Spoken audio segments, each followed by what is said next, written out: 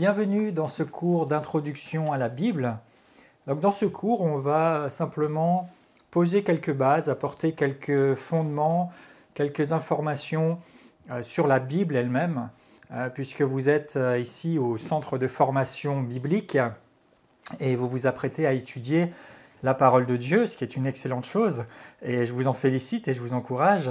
Et avant d'entrer dans les différents cours, les différents enseignements, dans lesquels évidemment nous nous référons à chaque fois à la parole de Dieu, parce que c'est la parole de Dieu notre fondement, c'est la parole de Dieu que nous croyons, c'est la parole de Dieu qui est notre guide, notre orientation absolue. Eh bien, c'est bon d'avoir quelques notions, simplement quelques premières approches pour aborder la Bible. Donc on va parler un petit peu comment la Bible est composée, on va parler de ses différentes parties, et puis on va faire un petit passage, disons, systématique, où je vais vous donner pour chaque livre, en une phrase ou deux, vraiment un résumé très simple et très condensé, évidemment, de ce dont traite chaque livre, pour vous donner un petit peu déjà une vue d'ensemble sur la Bible, sur cette parole de Dieu, et puis vous donner quelques repères.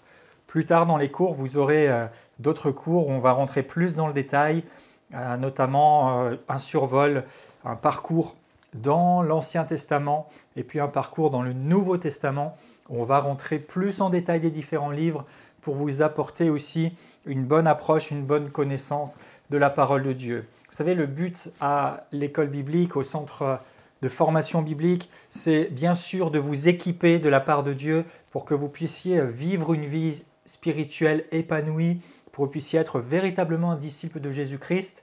C'est aussi de vous préparer pour ceux d'entre vous qui savent avoir un appel au ministère ou qui peut-être êtes déjà dans le ministère, de vous aider, de vous donner des outils vraiment avec la parole de Dieu, c'est sûr. Et nos cours sont avec vraiment une orientation très pratique, très quotidienne. Comment appliquer la parole de Dieu, comment vivre dans ce qui nous appartient en Christ, comment vivre dans la foi, comment être au bénéfice vraiment de tout ce qui a été accompli pour nous.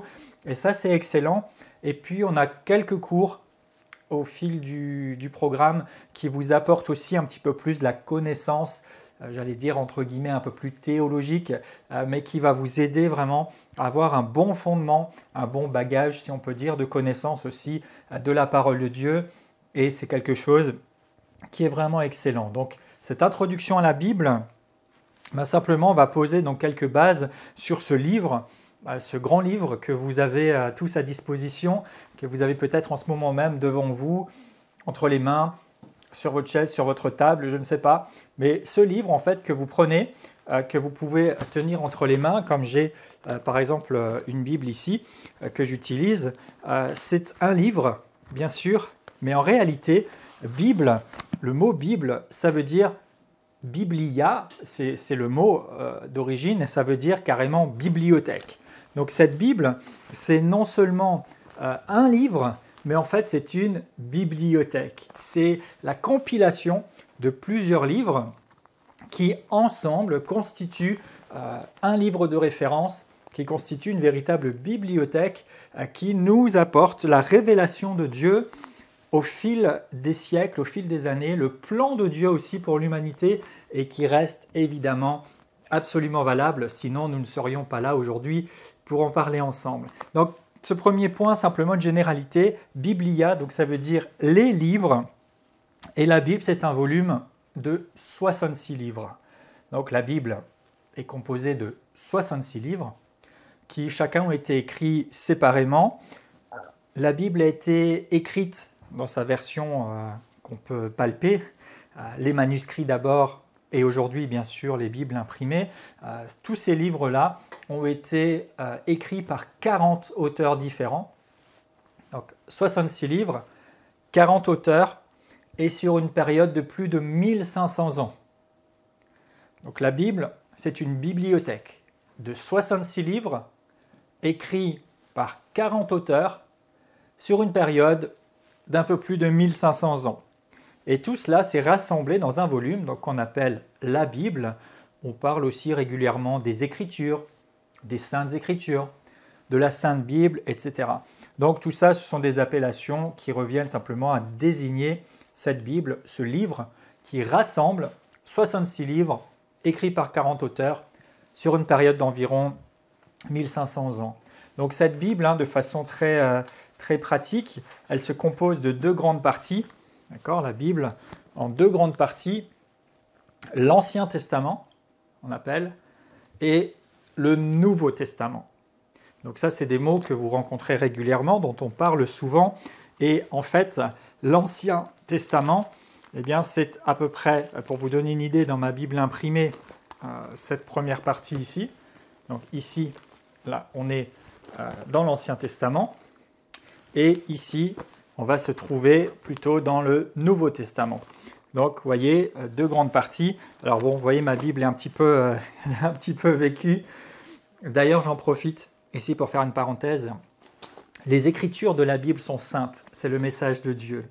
Et on va y venir, savoir finalement pourquoi on a rassemblé ces livres. Pourquoi ces 40 personnes ont écrit. Pourquoi ces 66 livres sont ensemble et sont considérés comme une référence. Mais la Bible, c'est la parole de Dieu. La parole, le contenu, le message. Mais en fait, ce document, excusez-moi, mais ce morceau de cuir et de papier, bien, c'est juste du cuir et du papier. Okay, c'est un livre comme n'importe quel autre. Et on ne voudrait surtout pas tomber dans un excès de vénérer un bout de papier ou un document. Okay, ce ne sont pas les feuilles de papier ou la couverture qui sont saintes. Ce qui est saint, c'est le message. Alléluia. Et d'ailleurs, je vous encourage à ne pas avoir peur. Bien sûr qu'on va prendre soin de la Bible. Moi, ma Bible, elle m'accompagne. C'est mon outil de travail, mon outil avec lequel le Seigneur me parle dans cette Bible papier. Aujourd'hui, on a accès à des Bibles électroniques sur Internet, sur les téléphones portables, les tablettes et tous les moyens possibles. Et c'est excellent. Tout ça, c'est la parole de Dieu. En fait, ce n'est pas le support qui est saint ou qui est important, c'est le message, c'est son contenu. Donc, même si votre Bible papier, il y a des gens qui aiment bien souligner, colorier, même prendre des notes dans la Bible, il n'y a pas de problème, vous pouvez le faire. Okay, j'ai déjà eu des gens qui ont été choqués en disant « Mais comment ça, on écrit dans une Bible, mais c'est saint, c'est la Bible ?» Bon, ok, la Bible est sainte, mais le papier, c'est juste un support. Okay, alors, je referme cette parenthèse. Donc, cette Bible est composée d'Ancien Testament et Nouveau Testament. Et en fait, testament, ça veut dire alliance. Okay, testament signifie alliance. Donc, on peut globalement dire qu'il y a deux grandes alliances. Je vais très vite apporter une précision. L'Ancien Testament, une alliance, un mode de fonctionnement, une façon dont Dieu interagit avec l'humanité. Et puis le Nouveau Testament, une nouvelle alliance, une autre façon dont Dieu interagit avec l'humanité. Et bien sûr, le point de bascule, le point déterminant, c'est la venue de Jésus-Christ sur la terre et son œuvre parmi les hommes qui nous donne accès à autre chose. Maintenant, on y reviendra dans d'autres cours, mais évidemment, la Bible nous présente beaucoup plus que deux alliances. D'accord, ce sont deux grandes alliances avec de grands principes, mais dans lesquelles on va retrouver plusieurs alliances différentes. Il y a des périodes selon la façon dont Dieu s'était révélé à l'humanité et selon ce que vivait pour l'Ancien Testament le peuple de Dieu, les périodes qu'il traversait. Il y a eu aussi différentes alliances avec en fait des modes de fonctionnement particuliers. Par exemple, au commencement, la façon d'interagir de Dieu avec Adam et Ève qu'il avait créés était différente. Ensuite, le péché est entré dans le monde. Il y a une façon d'interagir, Dieu avec Noé, et puis plus tard, la loi va être donnée par Dieu à Moïse, et donc c'est la loi qui va servir de fondement dans l'interaction, la relation de Dieu avec les hommes. Et puis plus tard, il y a encore d'autres choses. Et puis avec la venue de Jésus-Christ, il y a tout un chamboulement et un changement fondamental d'alliance. Mais même dans le Nouveau Testament, on ne s'arrête pas qu'à une nouvelle alliance. Les évangiles sont une période, et ce n'est qu'après la mort et la résurrection de Christ et le fait qu'il ait accompli son œuvre et ouvert l'accès vers Dieu, que véritablement il y a d'autres choses encore qui se mettent en place, donc dans l'Église du temps des Actes et dans les Épîtres. Et puis l'Apocalypse elle-même va ouvrir une nouvelle alliance, celle que nous devrions vivre aujourd'hui, Je ne vais pas plus loin pour l'instant. Si ça éveille votre curiosité, tant mieux. Continuez les cours, suivez le CFB. On va aller vraiment progressivement, c'est-à-dire que vous allez avoir des cours où on va reposer des fondements, on va vous amener un certain nombre d'éléments vraiment qui vont vous enrichir, qui vont vous bénir. Et puis petit à petit, on avance aussi dans peut-être plus de profondeur de la vie spirituelle, de la relation avec Dieu et de l'alliance qu'on a avec Dieu. Et donc vous allez grandir en compréhension et en révélation. Et il y a plein de choses que vous allez découvrir et qui vont être vraiment excellentes pour vous. Alléluia. Je crois vraiment que Dieu va faire de grandes choses. Si vous mettez votre cœur dans votre travail, dans vos études, que vous écoutez ces enseignements attentivement, que vous vous attachez à ces paroles, prenez le temps aussi de les méditer, de retravailler dessus personnellement, d'écouter le Saint-Esprit pour votre vie personnelle. Et vous verrez que pendant cette période où vous faites le CFB, il y a énormément de choses qui vont être changées, vous allez être transformés par la puissance de Dieu qui vient confirmer sa parole et la rendre vivante en vous. Et vous verrez que même dans plusieurs années, vous allez encore tirer des bénéfices extraordinaires, merveilleux, surnaturels de ce que vous êtes en train de faire. Parce que la parole de Dieu est puissante, elle est riche, elle est infiniment variée, elle est illimitée. C'est vraiment une source qui est là pour vous. Et vous allez avoir, comme j'ai dit, plein de fondements, des choses plus avancées spirituellement. Et surtout, vous allez avoir vraiment des éléments pour mener votre vie de foi, votre vie spirituelle, être fondé, ancré vraiment dans la parole de Dieu et dirigé par le Saint-Esprit. Donc, ancienne alliance, nouvelle alliance, et vous aurez plus de détails dans d'autres cours qui viendront. On va s'en tenir là pour l'instant. Et bien sûr, le point donc, de pivot, le point fondamental, c'est la venue de Jésus-Christ sur la terre. Alors, pour vous donner une petite idée, quand vous prenez la Bible, simplement, quand on prend le commencement, eh bien, il y a ce que nous appelons l'histoire de la création. Alors là aussi, on fera un commentaire assez détaillé là-dessus pour vous apporter des éléments et bien saisir un certain nombre de choses. Mais globalement, quand on prend de Adam et Ève jusqu'à Abraham, l'appel d'Abraham dans Genèse chapitre 12, donc les tout premiers chapitres de la Bible, donc ces quelques feuilles, eh bien, on considère qu'il s'est passé environ 2000 ans. Là, d'accord ? Environ 2000 ans qui sont passés. Ensuite, d'Abraham jusqu'à Jésus, donc là, on va aller chercher un petit peu plus loin. Donc la venue de Jésus, c'est le Nouveau Testament, donc ça commence avec l'évangile de Matthieu. On arrive ici, hop, et ici, on a de nouveau 2000 ans. Alors vous voyez, 2000 ans, alors c'est peu, c'est quelques centaines de pages pour 2000 années d'histoire, mais constatez que 2000 ans ici, on a toutes ces informations, et 2000 ans ici, on en a beaucoup moins. Mais en fait, ça parle de l'histoire du peuple de Dieu, du peuple d'Israël, de la loi, de comment Dieu fonctionnait, des prophètes, du système des sacrifices, et de toutes ces choses-là. Et en fait, toute cette période-là servait à préparer la venue de Jésus-Christ, servait à préparer l'humanité à travers ce peuple d'Israël qui a été choisi pour accueillir son Sauveur, pour recevoir la rédemption et pour pouvoir restaurer une communion véritable avec le Père et retrouver cette gloire et cette vie dans la présence même de Dieu, au contact direct de Dieu, avec une nature spirituelle, avec un corps qui est capable d'être au contact des réalités célestes qu'avaient perdu Adam et Ève au moment de la chute. Donc, à peu près 2000 ans ici, et puis un petit peu plus loin, de Jésus jusqu'à nos jours. Donc, c'est toutes ces écritures et puis tout ce qui s'est passé depuis. Donc, on pourrait rajouter tous les livres d'histoire. Il y a de nouveau à peu près 2000 ans. Je rappelle que notre calendrier qui nous sert de référence, eh bien, il a été démarré, il a pris pour repère la venue de Jésus-Christ. Donc, l'an 0, globalement, à peu près, on considère que c'est la venue de Jésus. On est aujourd'hui bien avancé dans les années 2000 et plus. Donc, on peut trouver à peu près le temps qui s'est écoulé. Donc, ça vous donne quelques repères historiques. Quand on parle d'Ancien Testament et Nouveau Testament, soyez bien conscients qu'on parle en fait d'une alliance, d'un mode de fonctionnement, d'une interaction entre Dieu et les hommes qui soit ancienne et nouvelle.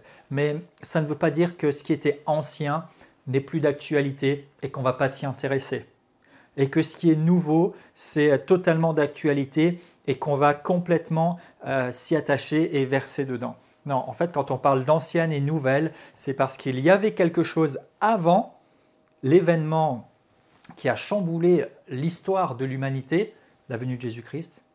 Et ensuite, Christ a inauguré une alliance nouvelle à travers le Nouveau Testament. Mais les deux fonctionnent ensemble. Vous savez, on ne pourrait pas dire, ben voilà, puisque c'est ancien, pourquoi est-ce qu'on va s'embêter à regarder encore? Eh bien, au contraire, l'Ancien Testament va vraiment nous servir d'enseignement, de guide, et la Bible nous encourage à prendre exemple sur ceux qui étaient avant nous pour imiter leur obéissance et leurs bonnes œuvres et pour éviter de reproduire leurs erreurs. Donc, oui, c'est ancien, mais ce n'est pas dépassé ou périmé, si je peux le dire comme ça. C'est toujours utile à notre enseignement. Maintenant, il est évident, et pour une première approche de la Bible, il est bon de commencer dans cette nouvelle alliance qui pose les fondements de ce que nous pouvons vivre aujourd'hui avec Dieu et de ses plans pour l'humanité, et particulièrement par les évangiles. D'ailleurs, si quelqu'un approche pour la toute première fois la Bible, il est très fortement recommandé de commencer par lire les évangiles. Et à titre personnel, donc là ça n'engage que moi, mais à titre personnel, je recommande particulièrement l'évangile de Jean, qui apporte une approche sur le vécu de Jésus. Chaque évangile, c'est un petit peu un angle de vue différent, selon chacun de leurs auteurs. L'évangile de Jean, avec vraiment une idée aussi de la relation que Jésus et que Dieu voudraient avoir avec l'humanité, c'est un excellent point de départ. Et puis ensuite poursuivre simplement la lecture du Nouveau Testament avec les actes qui parlent des commencements de l'Église, de comment s'est diffusé l'Évangile, la bonne nouvelle de Jésus-Christ dans les premiers siècles, et puis ensuite les épîtres, où là les apôtres apportent l'enseignement vraiment fondamental et puissant spirituellement d'ailleurs sur les effets de l'œuvre de Christ pour nous, sur qui nous sommes quand nous sommes nés de nouveau, sur notre vie de croyant. Et puis on arrive jusqu'à l'Apocalypse, qui est par excellence la révélation de Jésus-Christ et qui là encore ouvre une porte et nous amène dans quelque chose. Et donc l'Ancien Testament est absolument intéressant et absolument utile, et il est la parole de Dieu, puisqu'en fait quand nous lisons l'Ancien Testament, nous découvrons aussi un certain nombre de choses sur le caractère de Dieu, et surtout nous pouvons réaliser que l'Ancien Testament était en fait une préfiguration du Nouveau Testament. Donc il y a beaucoup d'éléments de l'Ancien Testament qui en réalité travaillaient ensemble à préparer, comme je disais, l'humanité à recevoir son Sauveur, et qui se sont accomplis dans le Nouveau Testament. Et il y a bien des choses que nous pouvons mieux comprendre et mieux appréhender dans le Nouveau Testament, et particulièrement dans les Épîtres, si nous les considérons à la lumière de l'Ancien Testament, de toute cette alliance de Dieu, de toutes ces règles, ces codes qui étaient en vigueur, mais qui en fait nous enseignent vraiment sur la puissance de ce qui nous appartient en Jésus-Christ, et c'est vraiment excellent. Donc tout ça, ça fonctionne ensemble. Alors, on revient un petit peu à nos chiffres, nos bases. L'Ancien Testament se compose de 39 livres. Donc, l'Ancien Testament, 39 livres. Et puis le Nouveau Testament, si vous êtes fort en calcul, 66 moins 39, ça fait 27. Donc, la Bible, 66 livres, 2 grandes alliances, Ancien Testament, Nouveau Testament, 40 auteurs environ, 1500 ans de rédaction et 39 livres dans l'Ancien Testament, 27 dans le Nouveau Testament. Et ensuite, chaque livre est divisé en chapitres et en versets. Alors généralement, soit on annonce chapitre 1, verset 12, par exemple, ou dans les documents, par exemple, vous allez souvent trouver le livre, par exemple Genèse, chapitre 1, verset 12. On va souvent écrire Genèse 1, double point, 12. Donc 1 pour le chapitre, 12 pour le verset. Donc les chapitres et versets, à savoir aussi qu'ils n'existent pas dans le texte original. C'est-à-dire que les textes originaux de la Bible ont été écrits comme aujourd'hui. Peut-être nous pourrions écrire un document à quelqu'un, une lettre, reporter des événements à quelqu'un, j'allais dire au kilomètre. Ont été écrits d'affilée comme ça. mais en fait c'est pour pouvoir faciliter le repérage des différentes choses, des différents événements, des différentes périodes, pour avoir des références finalement et se repérer dans ce grand document que les chapitres et les versets ont été mis en place. Donc, ils ne sont pas dans le texte original. C'est d'ailleurs pour ça que vous verrez quelquefois un petit décalage, alors particulièrement dans le livre des psaumes, selon les versions de la Bible, eh bien, on peut avoir parfois une numérotation un peu différente. Et ça, on y reviendra à la question des versions. Mais en tout cas, donc voilà les généralités, les bases sur la Bible. Une bibliothèque, 66 livres, Ancien Testament 39 livres, Nouveau Testament 27 livres, environ 40 auteurs, écrits sur environ 1500 ans et qui représentent donc certaines portions de l'histoire de l'humanité. Alors on va entrer dans une partie suivante maintenant, un peu plus dans le cœur du sujet, et on va s'intéresser bien sûr aux livres de la Bible. Donc les livres de la Bible, et les livres de la Bible vont être regroupés régulièrement en groupes de livres. Alors quelquefois dans vos Bibles imprimées d'ailleurs, vous pouvez trouver, souvent c'est plutôt au début, parfois c'est vers la fin, et vous pouvez trouver en fait comme une table des matières, d'accord, que j'ai moi par exemple ici, où en fait on va vous donner tous les livres de la Bible et on va vous donner les livres parfois par partie, d'accord. Donc par exemple ici, chez moi j'ai le Pentateuque, Genèse, Exode, Lévitique, Nombre, Deutéronome, les livres historiques, les livres poétiques, etc. Donc on va en parler dans un instant. Parfois vous le retrouvez dans votre Bible, parfois pas. À savoir que là aussi ce sont des groupes de livres, on les rassemble selon leur nature ou selon l'époque concernée ou selon ce dont ils parlent. Et dans l'Ancien Testament, on a 4 grands groupes de livres. Donc l'Ancien Testament, c'est 39 livres. On peut les diviser en 4 groupes, avec d'abord la loi, l'histoire, la poésie et la prophétie. Donc globalement, des livres de loi, des livres d'histoire, des livres de poésie et des livres de prophétie. Alors parlons justement des livres de la loi. Les livres de la loi, il y en a 5, et on les appelle aussi, comme je viens de le dire il y a un instant, le Pentateuque. Penta, c'est 5, d'accord. C'est les 5 premiers livres de la Bible, qui d'ailleurs ont été écrits tous les 5 par Moïse. On parlera parfois des 5 livres de Moïse. D'ailleurs, dans certaines langues, dans certaines versions, on dira premier livre de Moïse, deuxième livre de Moïse, troisième livre de Moïse, etc. En français, Genèse, Exode, Lévitique, Nombre, Deutéronome. Donc les 5 premiers livres de la Bible sont appelés le Pentateuque ou bien les livres de la loi, et on parle également, alors pour l'original et surtout pour les Juifs, on parle aussi de la Torah. D'accord ? Donc quand on dit la Torah, T-O-R-A-H, eh bien en fait on parle de ces 5 livres qui ont été écrits par Moïse, Genèse, Exode, Lévitique, Nombre, Deutéronome.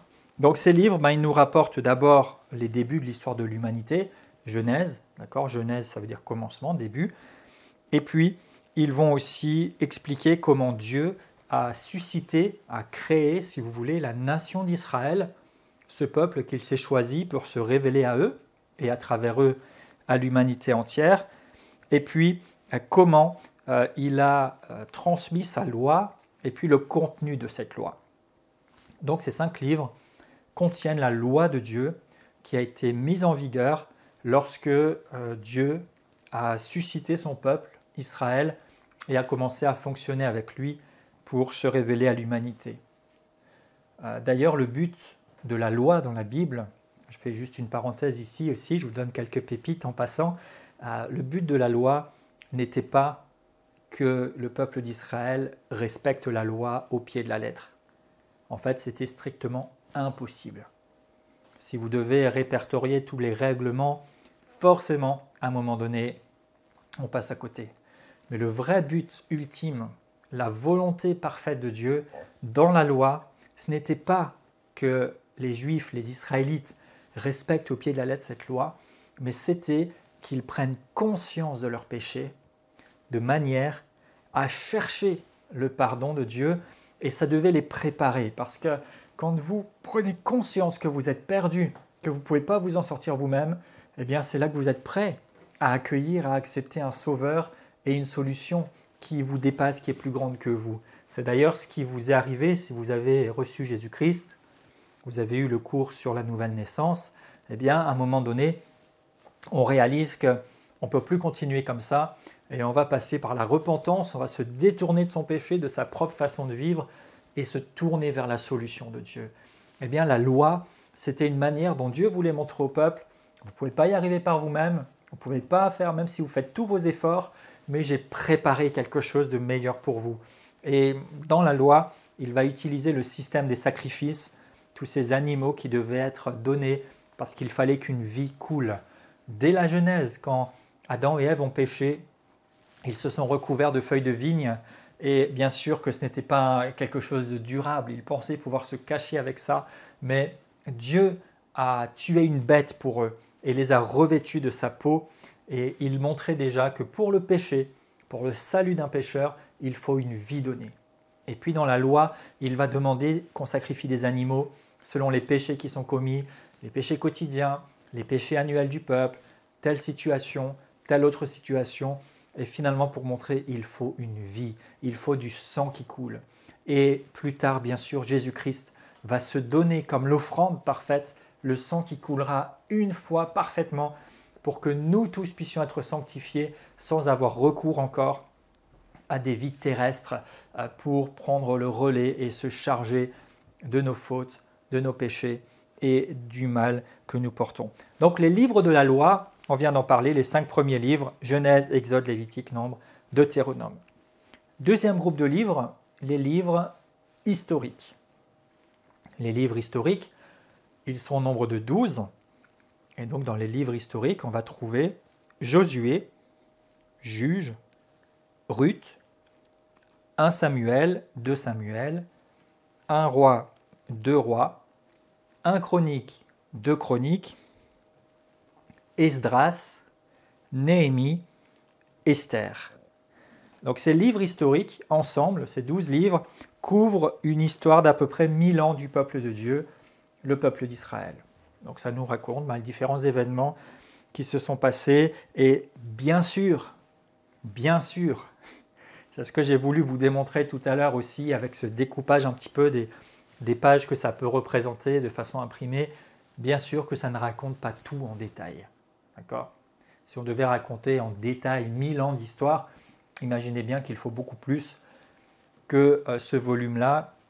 Mais en fait, il y a comme des coups de projecteur, comme l'accent qui est mis sur des événements qui sont importants, sur des événements qui nous servent d'instruction et sur des événements à travers lesquels Dieu se révèle à l'humanité. Et en fait, ça va surtout nous montrer essentiellement dans ces livres historiques eh bien, les résultats de l'obéissance ou la désobéissance à Dieu. C'est-à-dire que si vous obéissez à Dieu ou désobéissez à Dieu, il y a des résultats différents et on va en revenir tout à l'heure dans le détail livre par livre et on verra qu'à travers l'histoire du peuple d'Israël, bien, quand ils obéissaient, ils étaient bénis. Quand ils désobéissaient, il y avait les conséquences qui allaient avec. Prochain groupe, les livres poétiques. Alors, les livres poétiques, il y en a 5. Alors pourquoi poétiques ? Simplement parce qu'ils ont un style plutôt de poésie. On parle de Job, Psaume, Proverbe, Ecclésiaste et le Cantique des Cantiques. Donc, les 5 livres poétiques, Job, Psaume, Proverbe, Ecclésiaste, Cantique des Cantiques.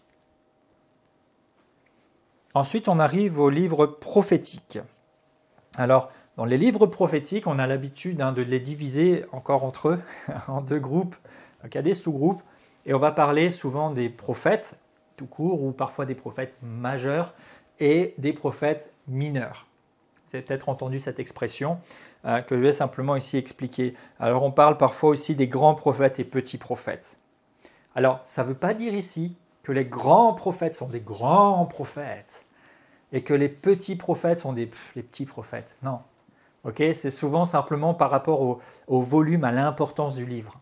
Certains prophètes ont écrit, ont consigné des révélations, des choses de la part de Dieu beaucoup plus importantes en taille. D'accord, c'est un grand livre de prophètes, ce serait d'ailleurs plutôt comme ça qu'il faudrait le dire. Et d'autres, c'est plus court, il y avait un message de Dieu plus spécifique, et donc c'est comme un petit livre de prophètes. Et il serait plus judicieux de dire les grands livres prophétiques et les petits livres prophétiques, mais en tout cas dans l'usage courant, dans les documents que vous pouvez consulter ou des fois les guides que vous pouvez lire sur la Bible, on parle habituellement, en théologie également, des grands prophètes et des petits prophètes. Voilà, donc ils sont tous aussi importants, c'est simplement la grandeur, l'ampleur de leurs écrits qui est différente. Donc il y a 17 livres prophétiques, ici toujours dans l'Ancien Testament, d'accord ? Donc les grands livres prophétiques, ou bien grands prophètes, Ésaïe, Jérémie, Lamentation, Ézéchiel et Daniel. Ésaïe, Jérémie, Lamentation, Ézéchiel et Daniel. Et puis les petits prophètes, ou bien les prophètes mineurs, ou encore les petits livres prophétiques, Osée, Joël, Amos, Abdias, Jonas, Michée, Nahum, Habacuc, Sophonie, Agé, Zacharie, Malachie. Donc tous ces livres-là, ce sont des messages prophétiques de Dieu à son peuple qui ont été transmis au fil des périodes à travers les prophètes et qui sont consignés. Souvent, ils ont parlé soit de situations immédiates et des conséquences qu'elles allaient avoir sur le peuple de Dieu, soit elles annonçaient des événements futurs. Et plusieurs de ces prophéties sont déjà accomplies, plusieurs ont été accomplies à travers le Nouveau Testament, et d'autres vont encore s'accomplir. Et dans ces livres prophétiques, là aussi, il y a des choses qui concernaient strictement le peuple d'Israël, strictement une ville ou strictement une situation à un moment donné, mais plusieurs de ces messages prophétiques vont aussi avoir une résonance que l'Esprit de Dieu va mettre en avant par rapport à d'autres périodes historiques ou par rapport à des personnes, même aujourd'hui, à travers un livre prophétique qui était par exemple destiné en premier à Sion ou à Jérusalem, eh bien l'Esprit de Dieu peut utiliser certaines de ces paroles prophétiques pour s'adresser à vous et pour vous interpeller dans une période que vous traversez dans votre vie, dans quelque chose que vous vivez, ou plus généralement pour l'Église ou pour un groupe de personnes.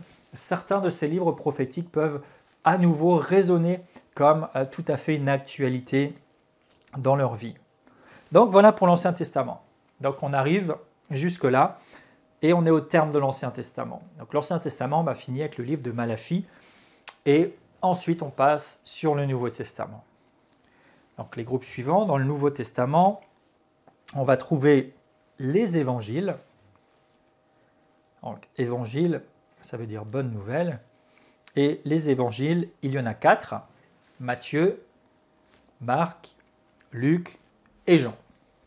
Donc on a les 4 évangiles, ces 4 évangiles qui racontent chacun la vie de Jésus-Christ, sa mort, sa résurrection, les miracles, ce qu'il a accompli.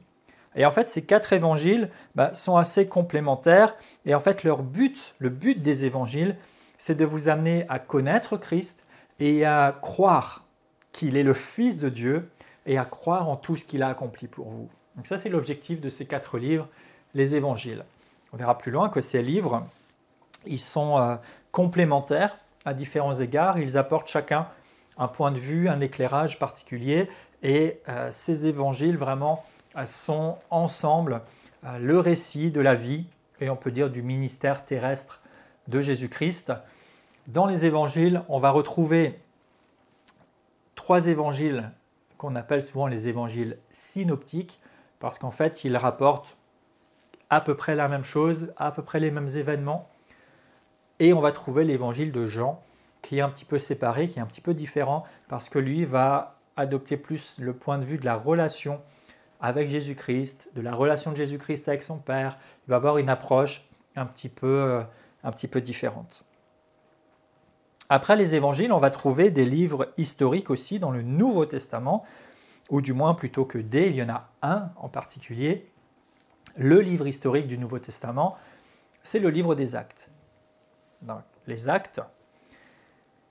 Et dans ce livre des Actes, eh bien, on a l'histoire de l'Église, comment l'Église est née, comment l'Église a commencé à diffuser le message de l'Évangile, la bonne nouvelle de Jésus-Christ, comment les apôtres ont été envoyés, les différents voyages qu'ils vont faire, et comment finalement le témoignage de Christ va se répandre dans le monde entier, connu de l'époque et puis au-delà. Et c'est vraiment le démarrage de l'Église. Ça raconte à peu près une trentaine d'années d'histoire des commencements de l'Église.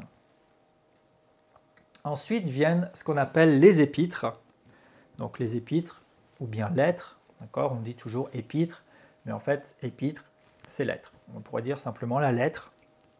Et donc dans le Nouveau Testament, il y a 21 épîtres, 21 lettres, donc, qui sont Romains, 1 Corinthiens, 2 Corinthiens, Galates, Éphésiens, Philippiens, Colossiens, 1 Thessaloniciens, 2 Thessaloniciens, 1 Timothée, 2 Timothée, Tite, Philémon, Hébreux, Jacques, 1 Pierre, 2 Pierre, 1 Jean, 2 Jean, 3 Jean et Jude.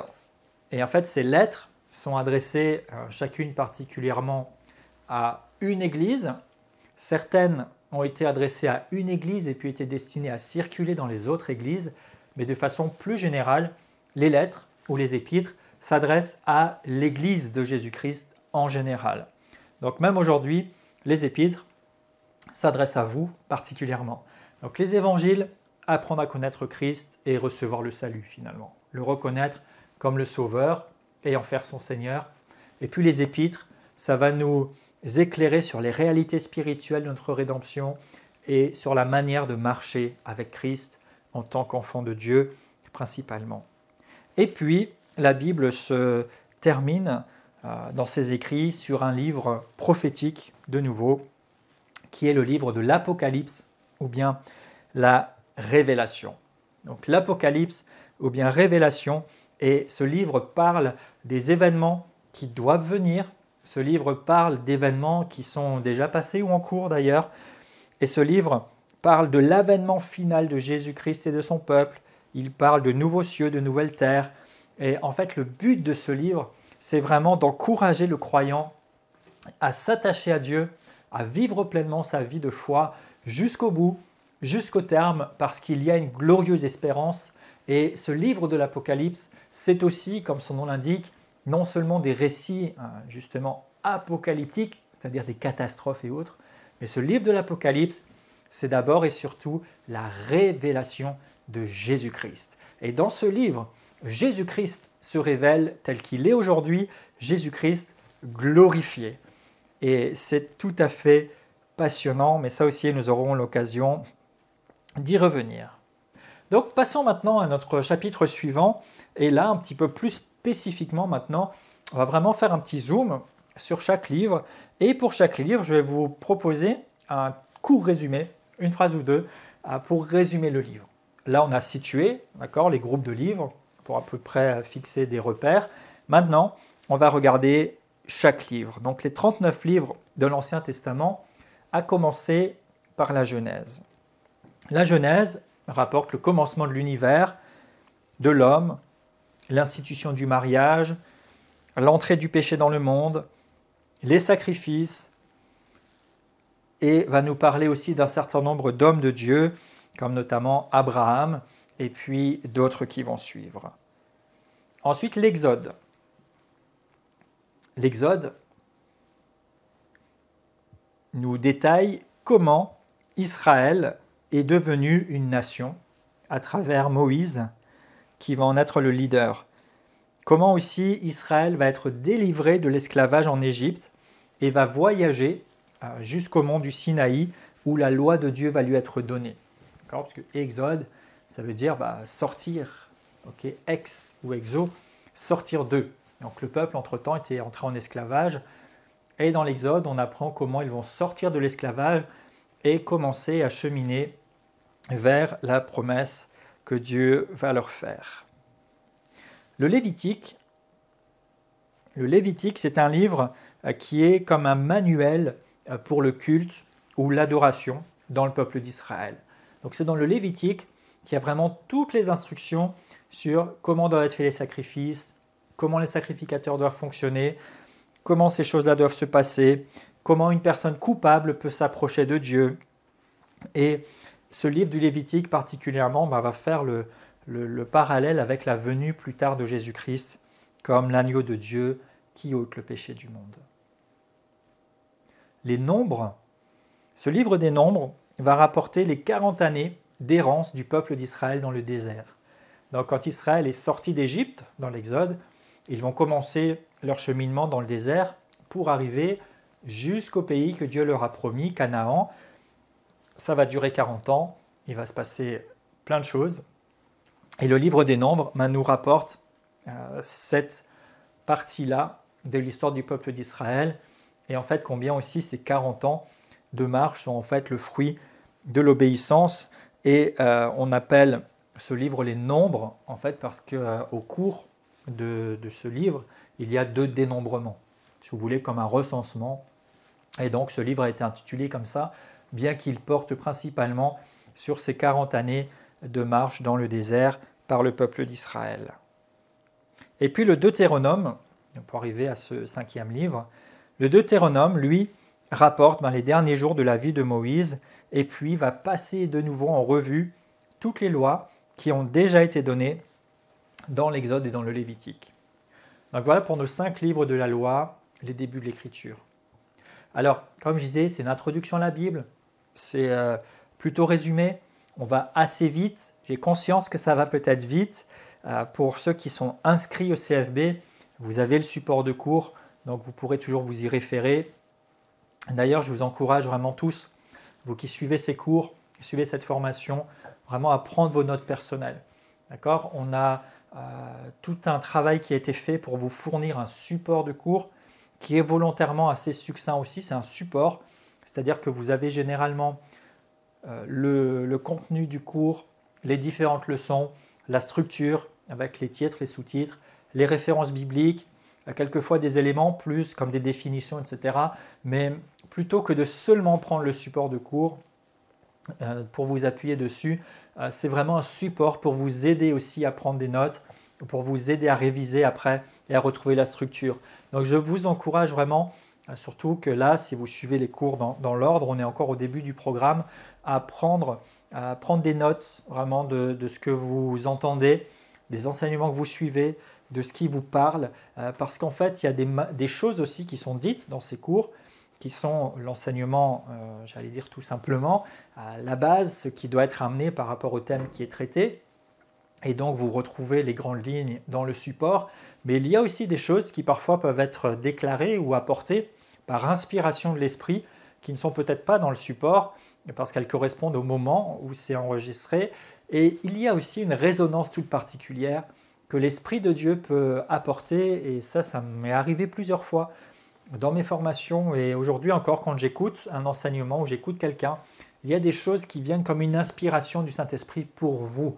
C'est-à-dire que ça peut être au-delà ou pas directement ce que dit l'enseignant, mais l'Esprit de Dieu saisit une parole, une idée et peut vous parler par rapport à ça. Donc c'est bien de pouvoir la noter pour vous et aussi après ça de pouvoir méditer dessus. Donc même si vos notes sont peut-être un peu rapides, s'il y a peut-être des choses qui ne sont pas super bien, vous pourrez toujours mettre au propre après et ça peut vraiment vous servir de base aussi pour vos temps de méditation pendant que vous étudiez au CFB et que vous puissiez vraiment creuser, approfondir les choses. Donc s'il y a des choses qui vont un peu vite, rassurez-vous, surtout pour ce cours-là sur l'introduction à la Bible, il y a énormément de choses dans le support, il y a quasiment tout le contenu par rapport aux différents livres, etc., pour ne pas vous mettre la pression pour écrire, et ça reste une introduction, mais n'hésitez pas à prendre des notes et à être à l'écoute du Saint-Esprit pendant que vous écoutez ces enseignements. Encore une fois, je vous exhorte, je vous encourage, on n'est pas là seulement pour apprendre des choses et remplir notre tête de connaissances, mais on est là pour se laisser former par le Seigneur qui va utiliser la parole de Dieu et l'inspiration du Saint-Esprit pour nous amener à devenir tels que nous devons être et que sa gloire puisse être manifeste dans notre vie. Donc voilà pour ce premier cours, cette première leçon sur l'introduction à la Bible, et on se retrouve à la prochaine leçon pour la suite de notre observation livre par livre. À très bientôt.